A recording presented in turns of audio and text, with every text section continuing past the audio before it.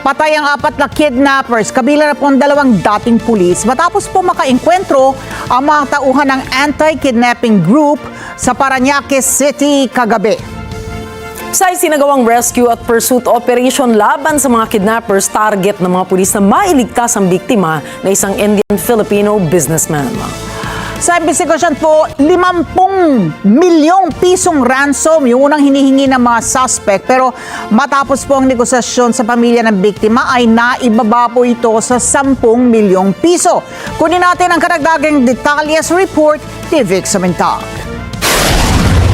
Pumanaw na sa hospital ang 4 na kidnappers ng nailigtas na biktima na isang Indian-Filipino businessman sa Parañaque City kagabi na kinabibilangan ng 2 dating pulis at 2 sibilyan matapos makipag-engkwentro sa mga operatiba ng Philippine National Police Anti-Kidnapping Group o PNP-AKG.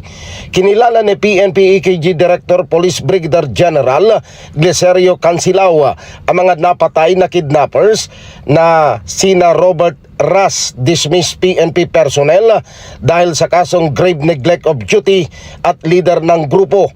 Argel Nabor, dismissed PNP personnel. Robin Reyes na miyembro ng Ras Kidnap for Ransom Group at Ryan Di Guzman na sangkot sa serye ng kaso ng kidnapping.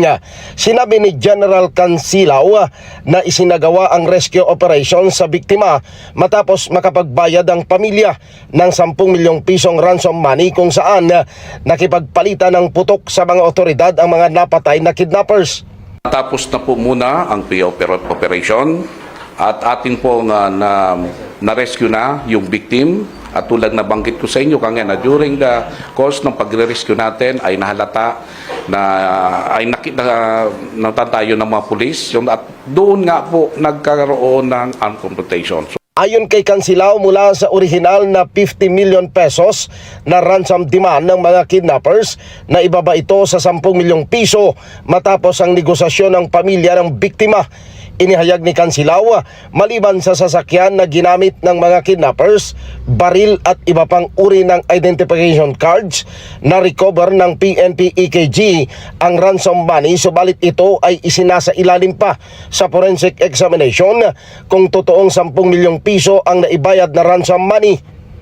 May mga assorted firearms tayo, fighting ebidensya, may mga baril tayo na nakuha doon at mayroon pa nga tayong isang granada na nakita doon. Tapos mga iba-ibang mga conduction stickers, plate numbers, assorted IDs, at mayroon pa nga doon isang ID na akala natin ay bahagi ng isang ahensya pero ang pating pinagtanong ay hindi po siya kasama doon. Itinuturing ng PNP-AKG na case solved na ang kaso ng pagdukot sa biktimang Indian-Filipino at nagsasagawa pa ng follow-up investigation kung mayroon pang ibang miyembro ng grupo na nakapagsagawa na ng 3 kidnapping operations.